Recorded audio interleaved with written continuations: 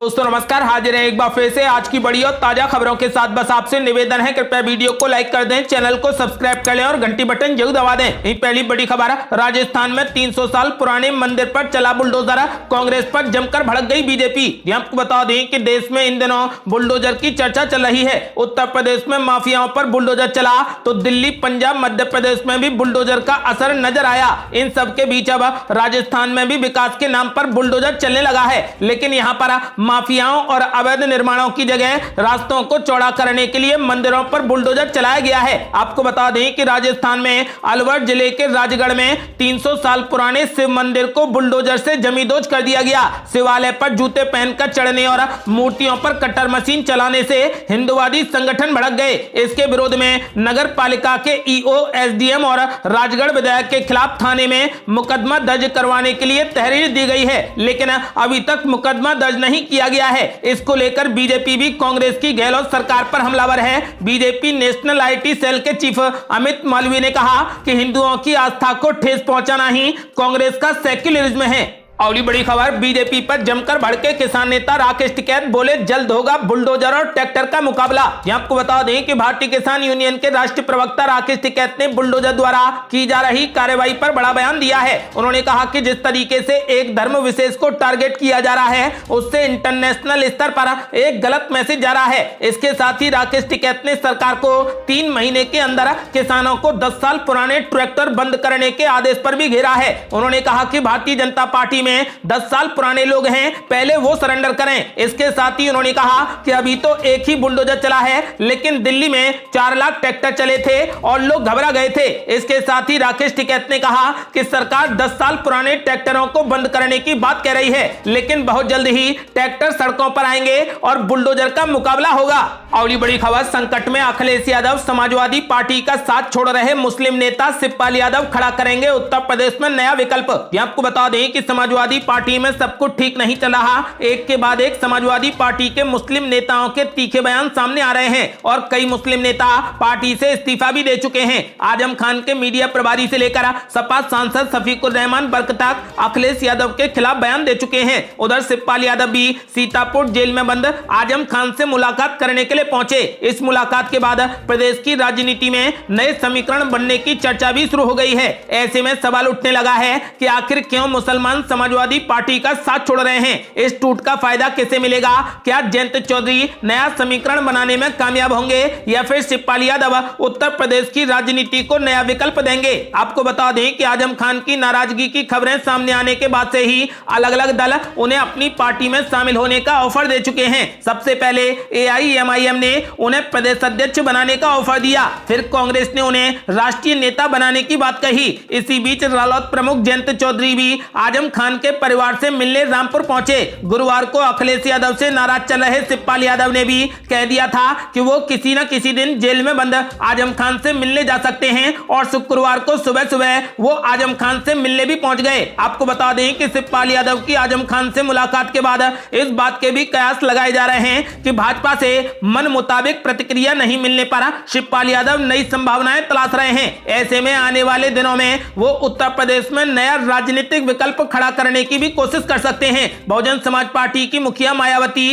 पहले से ही मुसलमानों को अपने साथ लाने की कोशिश कर रही हैं। वो खुलकर कह चुकी हैं कि दलित मुसलमान गठजोड़ से ही भाजपा को हराया जा सकता है। अगली बड़ी खबर, प्रशांत किशोर ने G23 के नेताओं को दी बड़ी सलाह, कहा राहुल गांधी बने प्रधानमंत्री पद का चेहरा तो अध्यक्ष गांधी परिवार से अलग हो। आपको बता दें कि चुनावी रणनीतिकार प्रशांत किशोर ने हालिया विधानसभा चुनावों से पहले कांग्रेस के G23 के कुछ नेताओं के साथ में मंथन किया था, जिसमें उनकी राय थी कि अगर राहुल गांधी को प्रधानमंत्री पद का चेहरा बनाना है तो फिर गांधी परिवार से अलग किसी भी व्यक्ति को पार्टी अध्यक्ष की जिम्मेदारी सौंपनी चाहिए। प्रशांत किशोर पिछले कुछ दिनों में कांग्रेस नेतृत्व और वरिष्ठ नेताओं के साथ में कई बैठकें कर चुके हैं और पार्टी में नई जान फूंकने के लिए अपनी ओर से कई सुझाव भी दे चुके हैं, जिन पर सोनिया गांधी द्वारा गठित एक समिति विचार कर रही है। सूत्रों का कहना है कि प्रशांत किशोर ने पिछले कुछ महीनों में गांधी परिवार से इतर पार्टी के कई वरिष्ठ नेताओं के साथ में बैठकें की हैं और इन बैठकों का केंद्र बिंदु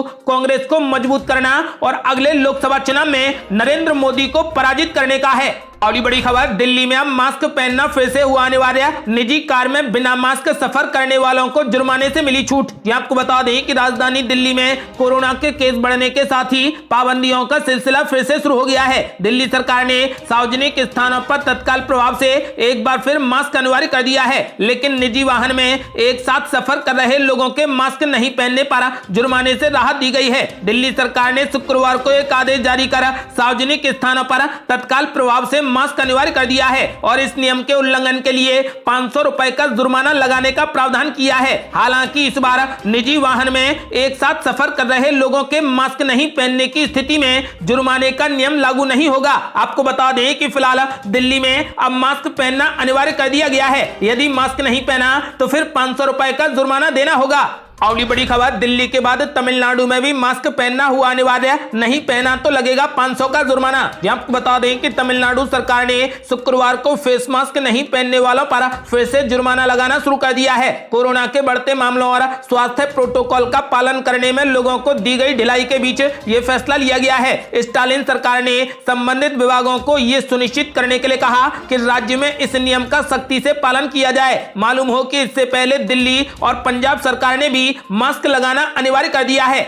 अगली बड़ी खबर, अब अयोध्या में विद्यालयों के 100 गज के अंदर तंबाकू और गुटखा की बिक्री पर लगा प्रतिबंध, होगी कड़ी कार्रवाई। आपको बता दें कि अयोध्या में एक युद्ध नशे के विरुद्ध अभियान के तहत कोतवाली नगर पुलिस व एंटी ह्यूमन ट्रैफिकिंग यूनिट ने स्कूलों के इर्द गिर्द तंबाकू व गुटखा बिक्री पर प्रतिबंध के लिए शिकंजा कसना शुरू कर दिया है। अब विद्यालयों के 100 गज के अंदर तंबाकू व गुटखा की बिक्री पर प्रतिबंध रहेगा। ह्यूमन ट्रैफिकिंग यूनिट के प्रभारी इंस्पेक्टर सुरेंद्र कुमार सोनकर के नेतृत्व में पुलिस टीम ने स्कूलों के आसपास दुकानों से गुटखा व तंबाकू की दुकानों को हटवा दिया। आपको बता दें कि फिलहाल अयोध्या में अब स्कूल और विद्यालयों के 100 गज के अंदर तंबाकू व गुटखा की बिक्री पर प्रतिबंध रहेगा।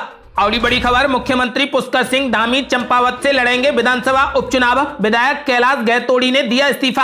आपको बता दें कि उत्तराखंड के मुख्यमंत्री पुष्कर सिंह धामी चंपावत से चुनाव लड़ेंगे। ये साफ हो गया है। उनके लिए चंपावत के विधायक कैलाश चंद्र गहतोड़ी ने सीट खाली कर दी है। आपको बता दें कि 2022 विधानसभा चुनाव में बीजेपी ने प्रदेश में शानदार जीत हासिल की थी। कांग्रेस को करारी हार का सामना करना पड़ा था। बीजेपी ने 70 सीटों में से 47 सीटें जीती थी। कांग्रेस को केवल 19 सीटों पर संतोष करना पड़ा। वहीं 4 सीटों पर निर्दलीय प्रत्याशियों ने जीत हासिल की थी। कांग्रेस के दिग्गज नेता हरीश रावत लालकुआं सीट और मुख्यमंत्री पुष्कर सिंह धामी अपनी खटीमा सीट से हार गए थे। बता दें कि मुख्यमंत्री पुष्कर सिंह धामी के लिए अब तक कई विधायक अपनी सीट खाली करने की इच्छा जता चुके हैं। चंपावत के बीजेपी विधायक कैलाश गहतोड़ी ने सबसे पहले अपनी सीट खाली करने का ऐलान किया था। मुख्यमंत्री बनने के बाद धामी ने सबसे पहले चंपावत का दौरा किया था। इससे चर्चा शुरू हो गई थी कि वो यहीं से उपचुनाव लड़ सकते हैं। उत्तराखंड के मुख्यमंत्री पुष्कर सिंह धामी को 6 महीने के भीतर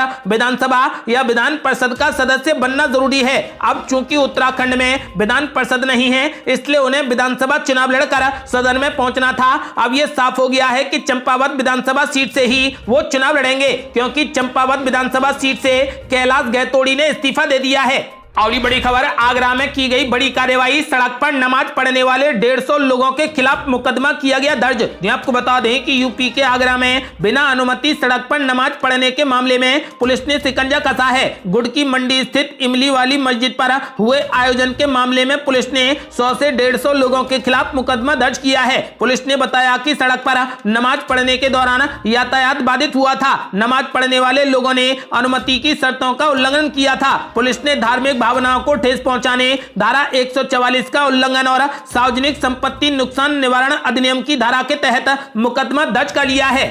बड़ी खबर, मुख्यमंत्री योगी आदित्यनाथ ने सभी ग्राम पंचायतों को दे दिया बड़ा तोहफा। ओपन जिम लगाने का लिया बड़ा फैसला। आपको बता दें कि उत्तर प्रदेश में योगी सरकार ने ग्रामीण इलाकों में खेल प्रतिभाओं को निखारने के लिए ग्राम पंचायतों में खेल के मैदानों को विकसित करने और इनमें ओपन जिम खुलवाने का फैसला किया है। सरकार की ओर से शुक्रवार को जारी बयान में इस बात की जानकारी दी गई है। इसके अनुसार योजना के पहले चरण में 100 ग्राम पंचायतों में खेल मैदानों को विकसित कर इनमें ओपन जिम खोली जाएंगी। इससे खिलाड़ी खेलने के साथ ही अपनी फिटनेस का भी ध्यान रख सकेंगे। खेलों को बढ़ावा देने और खिलाड़ियों को खेल की सुविधा उपलब्ध कराना सरकार की प्राथमिकताओं में शामिल है। आपको बता दें कि फिलहाल मुख्यमंत्री योगी आदित्यनाथ ने फैसला किया है कि सभी ग्राम पंचायतों में ओपन जिम खोली जाएंगी। अगली बड़ी खबर, महाराष्ट्र में निर्दलीय सांसद नवनीत राणा को मिली 22 श्रेणी की सुरक्षा, मातोश्री के बाहर हनुमान चालीसा पढ़ने का किया ऐलान। यहां आपको बता दें कि गृह मंत्रालय ने निर्दलीय सांसद नवनीत कौर राणा और इसरो अध्यक्ष एस सोमनाथ को केंद्र सरकार ने एक केंद्रीय सशस्त्र वीआईपी सुरक्षा प्रदान करने का फैसला किया है। राणा को 22 श्रेणी की सुरक्षा देने का फैसला ऐसे समय में किया गया है जब सांसद राणा ने शनिवार को मातोश्री के बाहर हनुमान चालीसा का पाठ करने का ऐलान किया है। राणा मुंबई में शिवसेना प्रमुख और उद्धव ठाकरे के निवास मातोश्री के बाहर हनुमान चालीसा का पाठ करने के जिद पर अड़ी हैं। दरअसल नवनीत कौर अमरावती से सांसद हैं और उनके पति रवि राणा विदर्भ के बडनेरा से निर्दलीय विधायक हैं। रवि राणा ने बुधवार को कहा कि वो 23 अप्रैल को मुंबई आएंगे और महाराष्ट्र के मुख्यमंत्री उद्धव ठाकरे के आवास के बाहर हनुमान चालीसा का पाठ करेंगे। आपको बता दें कि फिलहाल केंद्र सरकार ने निर्दलीय सांसद नवनीत राणा को 22 श्रेणी की सुरक्षा प्रदान की है। अगली बड़ी खबर, कांग्रेस से नाखुश हार्दिक पटेल बोले हम राम के भक्त, गुजरात बीजेपी अध्यक्ष ने की तारीफ। यहां आपको बता दें कि गुजरात विधानसभा चुनाव से पहले कांग्रेस को बड़ा सियासी झटका लग सकता है। पाटीदार आंदोलन के सियासत में आए गुजरात कांग्रेस के कार्यकारी अध्यक्ष हार्दिक पटेल ने प्रदेश कांग्रेस नेतृत्व पर सवाल खड़े किए हैं और बागी तेवर अख्तियार कर लिए हैं। हार्दिक ने खुद को राम भक्त बताया और कहा कि हिंदू होने पर हमें गर्व है, लेकिन बीजेपी में जाने पर अभी अपने पत्ते नहीं खुले हैं। हार्दिक पटेल ने प्रदेश नेतृत्व को लेकर अपनी बात कांग्रेस हाईकमान के सामने रख दी है। दिल्ली में कांग्रेस के संगठन महासचिव केसी वेणुगोपाल से मिलकर उन्होंने अपनी बात रखी। उन्होंने कहा कि मुझे कांग्रेस के प्रदेश नेतृत्व से दिक्कत है, वे नहीं चाहते कि कोई काम करे और अगर कोई काम करेगा तो उसे करने नहीं देते हैं। इसी के चलते गुजरात में विपक्ष के रूप में लोगों की हम आवाज नहीं उठा पा रहे। आपको बता दें कि फिलहाल उन्होंने साफ कर दिया है, उन्होंने अपने आप को हिंदू बताया है। उन्होंने कहा कि हमें हिंदू होने पर गर्व है, लेकिन बीजेपी में जाने पर अभी तक उन्होंने अपने पत्ते नहीं खोले हैं, लेकिन जल्द ही कांग्रेस को वो तगड़ा झटका देने वाले हैं। अगली बड़ी खबर, पीडब्ल्यूडी मंत्री जितेंद्र प्रसाद ने तैयार किया 100 दिन का एजेंडा, यूपी में ऐसे बिछेगा सड़कों का जाल। यहां आपको बता दें कि मुख्यमंत्री योगी आदित्यनाथ की मंशा के अनुरूप पीडब्ल्यूडी विभाग के मंत्री जितेंद्र प्रसाद अपनी पूरी जी जान से जुटे हुए हैं। इस बीच उन्होंने पीडब्ल्यूडी विभाग की छवि को सुधारते हुए सड़कों की हालत सुधारने के साथ ही निर्माण निगम और सेतु निगम को दूसरे राज्यों में काम को लेकर योजनाओं को अमली जामा पहनाने के निर्देश दिए हैं। इसके साथ ही 100 दिन की कार्य योजना को पूरा करने के साथ ही बड़ी योजनाओं और सुलभ आवागमन के लिए सड़कों का जाल तैयार करने पर फोकस रखा गया है। आपको बता दें कि 100 दिन के अंदर अंदर यूपी में सड़कों का जाल बिछा दिया जाएगा। अगली बड़ी खबर, पेट्रोलियम मंत्री हरदीप सिंह पुरी ने राज्यों पर फोड़ा महंगे तेल का ठीकरा, कहा जमकर वैट वसूल रहे राज्य। यह आपको बता दें कि पेट्रोलियम मंत्री हरदीप सिंह पुरी ने बढ़ते पेट्रोल डीजल की कीमतों का ठीकरा राज्यों पर फोड़ते हुए कहा कि राज्य सरकारें जमकर वैट वसूल रही हैं। पुरी ने राज्य सरकारों को तेल पर वैट घटाने की सलाह देते हुए कहा कि तेल की कीमतें सरकार के हाथों में नहीं है। उन्होंने कहा कि तेल कंपनियां तय करती हैं कि तेल की कीमतें कम होंगी या बढ़ेंगी। हरदीप सिंह पुरी ने कहा कि देश अभी पूरे तरीके से कोरोना के झटके से उबर नहीं पाया है। उन्होंने ये भी कहा कि पीएम मोदी ये सुनिश्चित किया है कि संकट के दौर में देश में तेल और गैस की कमी न हो। तेल की बढ़ती कीमतों के सवाल के जवाब में उन्होंने कहा कि देश में हर रोज 5 मिलियन बैरल तेल की खपत होती है। तेल की कीमतों को लेकर केंद्र सरकार और राज्य सरकारों को मिलकर कड़े कदम उठाने चाहिए। अगली बड़ी खबर, कुमार विश्वास और अलका लांबा के खिलाफ दर्ज एफआईआर हो रद्द, कांग्रेस ने की मांग। यहां आपको बता दें कि पंजाब कांग्रेस ने पार्टी नेता अलका लांबा और जाने माने कवि डॉक्टर कुमार विश्वास के खिलाफ दर्ज एफआईआर को तत्काल रद्द करने की मांग की है। पार्टी ने उन अधिकारियों के खिलाफ भी कड़ी कार्रवाई की मांग की है जिन्होंने कथित तौर पर मामला दर्ज करने में लापरवाही बरती है। अगली बड़ी खबर, जहांगीरपुरी केस में ईडी की हुई एंट्री, मुख्य आरोपी अंसार के खिलाफ शुरू कर दी गई जांच। यहां आपको बता दें कि जहांगीरपुरी हिंसा के मुख्य आरोपी मोहम्मद अंसार शेख की मुश्किलें आने वाले दिनों में और बढ़ने वाली हैं। अब दिल्ली पुलिस की चिट्ठी के बाद प्रवर्तन निदेशालय यानी ईडी ने भी अंसार की जांच शुरू कर दी है। ईडी ये देख रही है कि कहीं अंसार को हिंसा भड़काने के लिए विदेश से फंडिंग तो नहीं की गई थी। आपको बता दें कि ईडी को दिल्ली पुलिस की तरफ से जांच शुरू करने के लिए चिट्ठी मिली थी, जिसके बाद ईडी ने अंसार के खिलाफ जांच शुरू कर दी है। अगली बड़ी खबर, भारत में मिले स्वागत से खुश होकर बोले बोरिस जॉनसन, सचिन तेंदुलकर और अमिताभ बच्चन जैसा हुआ महसूस। ये आपको बता दें कि भारत दौरे पर आए ब्रिटिश प्रधानमंत्री बोरिस जॉनसन ने यात्रा के दौरान किए गए भव्य स्वागत को लेकर प्रधानमंत्री नरेंद्र मोदी का धन्यवाद किया। बोरिस जॉनसन ने पीएम मोदी को खास दोस्त बताते हुए कहा कि मैं भारतीय प्रधानमंत्री नरेंद्र मोदी और भारत के लोगों को धन्यवाद देता हूं। उन्होंने कहा कि ऐसा स्वागत देकर मुझे सचिन तेंदुलकर और अमिताभ बच्चन जैसा महसूस हुआ। ये थी अब तक की बेहद बड़ी खबरें। यदि आप भी चाहते हैं कि भारत जल्द से जल्द कोविड मुक्त हो जाए तो इस वीडियो को लाइक कर अपनी राय हमें कमेंट बॉक्स में जरूर दें। यदि आपने अभी तक हमारे चैनल को सब्सक्राइब नहीं किया है तो कृपया चैनल को सब्सक्राइब कर घंटी बटन जरूर दबा दें। जल्दी मिलते हैं बड़ी अपडेट के साथ, तब तक के लिए जय हिंद, जय भारत।